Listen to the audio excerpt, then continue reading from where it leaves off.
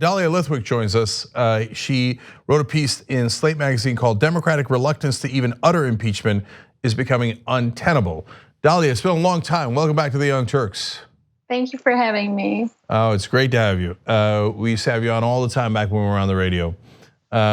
So I missed your mind. So It's yours.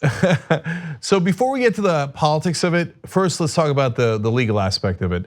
Is there enough here to pursue impeachment on legal grounds? Well, I think that one of the problems we had right from the get-go is that we used the Mueller report as the template for impeachment. And of course, the standard for impeachment isn't, did Bob Mueller find that you obstructed or that you colluded? So that was always, the bar was too high. If you look at the articles of impeachment against Nixon, there are a lot of behaviors that don't rise to criminality that we could be talking about. And so I don't think anybody doubts that just the basic framework of impeachment, even post-Watergate, could be met right now. That's not the question. The question is, do we set the bar too high? Okay, and so if the bar was at the right place, what are the different things that Donald Trump could be impeached for? I mean, I think anything, weirdly, if you listen to Justin Amash in Michigan, he's putting on a clinic right now about, the president's obligation to take care. That's a constitutional term. The president's obligation to put the country first. Long before we get to questions about criminal conduct, we just get to questions about, is the president conducting himself in a way that, forget high crimes and misdemeanors. Is he acting in a way that puts the interests of the country first? And so I think let's set the baseline where it should be and not at, did he commit crimes, which, by the way, per Mueller, he did, but that's not the line. Yeah. So I think that there's a couple of different issues here. One is, what is really an impeachable offense? And so I was just talking to John Ziegler, who's another conservative who thinks that Trump is a con man and we can't have a con man as president. And so he's, was there with you on some of the reasons to impeach even short of criminality. And then on top of that, you have campaign finance violations that his co-conspirators currently in prison for. That could, to me, that ends the conversation. One guy's in prison, the other one is not. They did the same crime, they did it together. Why are we even having this conversation? Okay, then you move on to the Mueller report. 11 instances of obstruction of justice. Any other person would be prosecuted. That's an obvious fact. And then you've got emoluments clause, and then you've got all the other things that are on there. So it appears to be an overwhelming case, but yet Nancy Pelosi seems immovable. First, why? What do you think is going on in her mind that makes her, if I'm being honest about it, protect the president? She's not protecting the president. I think she is trying to play this complicated long game wherein she says, look, I don't want to lose the House. I don't want to lose the Senate. I don't want to do anything that the American people are not ready for me to do. And therefore, I think she's upended the who leads and who follows. She keeps saying, and I don't think in her head she thinks she's wrong, the American people aren't ready for this. They're not where you and I are.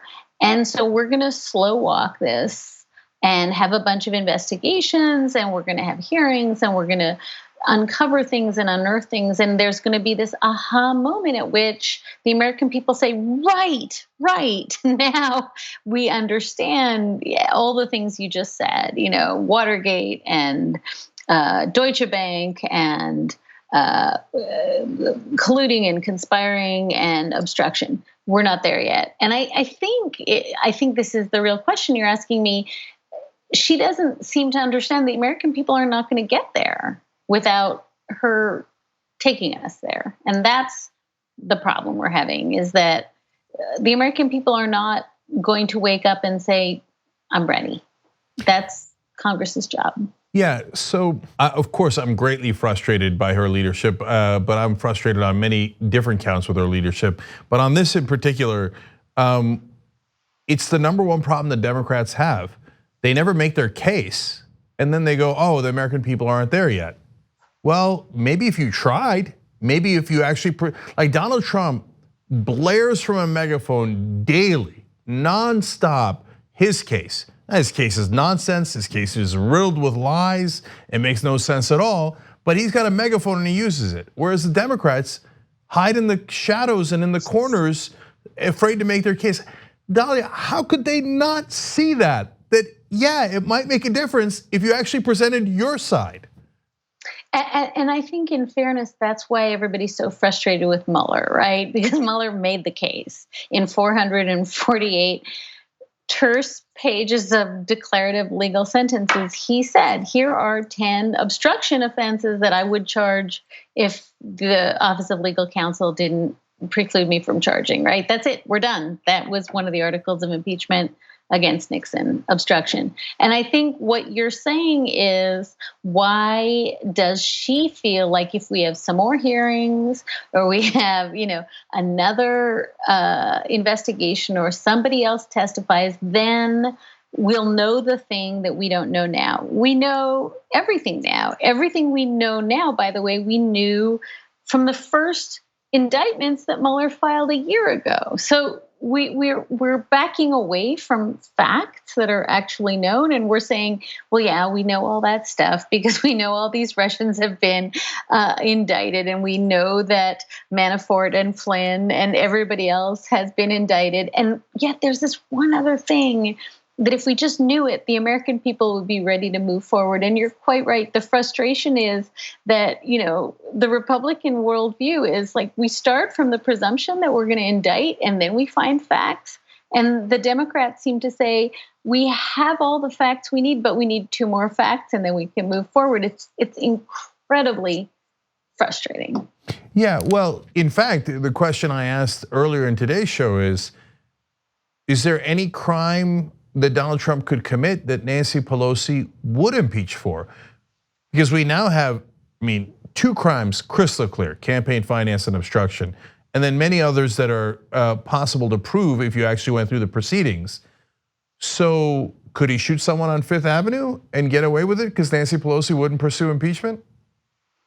Yeah, no, I think you're right. I think that she wants to build a case predicated on things we don't yet know. And you and I both agree, the case is done. We have vastly more evidence on Donald Trump than Republicans had on Hillary, but her emails Clinton or Hillary Benghazi Clinton, and they moved forward. And it's just, there's a question around conviction and certainty. And I think that, in a weird way, if I had a network that just said Benghazi, Benghazi, Benghazi, Benghazi, and convinced part of the electorate that a crime had been committed, right? Treason, treason, witch hunt, witch hunt.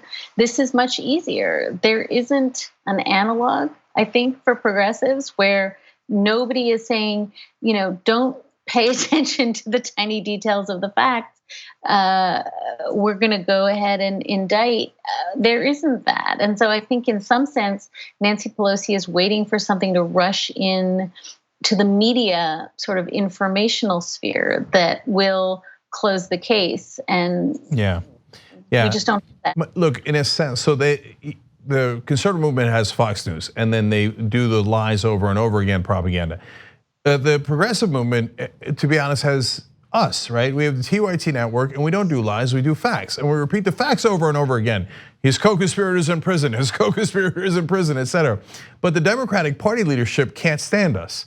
There's no equal machine on the left wing, on the Democratic side. And so, but it's definitely not about us. Pelosi, even when she said she wouldn't do impeachment, said, oh, our voters want us to do it, but it's not the right thing to do. Look at that. Whereas the right wing exalts their voters, no matter how heinous they are, the Democratic leadership seems to have great disdain for their voters and their base.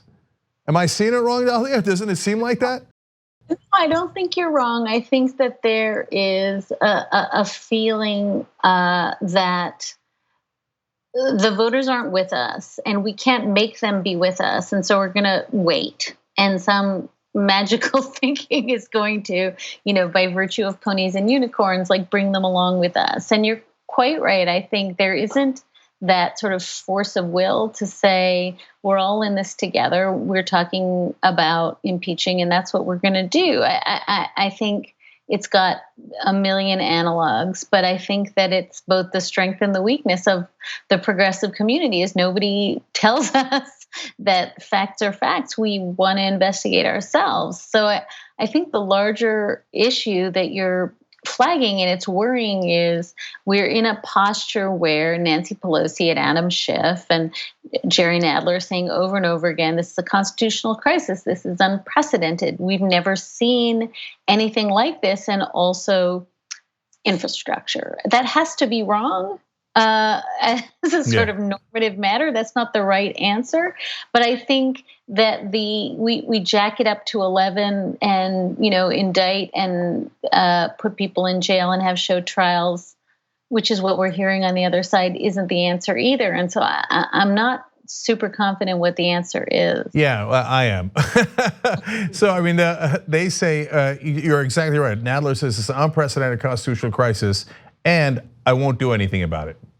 That's insane. And so, look, you start impeachment proceedings, and then we're gonna have a conversation about Don McGahn. Like, everybody in Washington assumes that the whole country read the Mueller report, and they know that the president told the White House counsel to end the investigation and to lie to Congress about it. Nobody knows that. Nobody knows that in the country because the Democrats never pursued it. Do they not get that? I think they are that dense, aren't they? I think the most important thing you just said, just as a legal matter, is that initiating an impeachment inquiry is not the same as impeaching the president. It is 2 on a 10 scale. And the idea that Pelosi and Schiff and Nadler are like, we're not even going to open the door on asking questions because that looks like a 10 on a 10 scale is exactly the thing you've just identified, that you can have hearings, you can have an inquiry. It doesn't mean you've impeached. Let's all stipulate that even if they impeach, the Senate is not going to follow suit. It doesn't matter. This is how you teach the public. This is what happened in Watergate. You have hearings. And the idea that we're not even going to initiate the beginnings of an inquiry. We're not going to have hearings on C-SPAN hour after hour where Don McGahn and Hope Hicks and all the people who are named, as you say, in the Mueller report, but nobody knows what they said, testified. That's what shifts the balance in Watergate. And closing the door on that and saying we're not going to do the end outcome, which is that the Senate ratifies our impeachment, is the most backward thinking way of approaching this that I could think of. All right, Dahlia Lithwick, please read her in Slate. She's a great, great writer and clarifies these issues. Thank you so much for joining us on the Young Turks. Sorry to be grumpy. No, not at all. That's exactly, that's the situation we're in. Thanks for watching this free clip of the Young Turks. Don't forget to become a TYT member today. For more exclusive content, join now at tyt.com/join.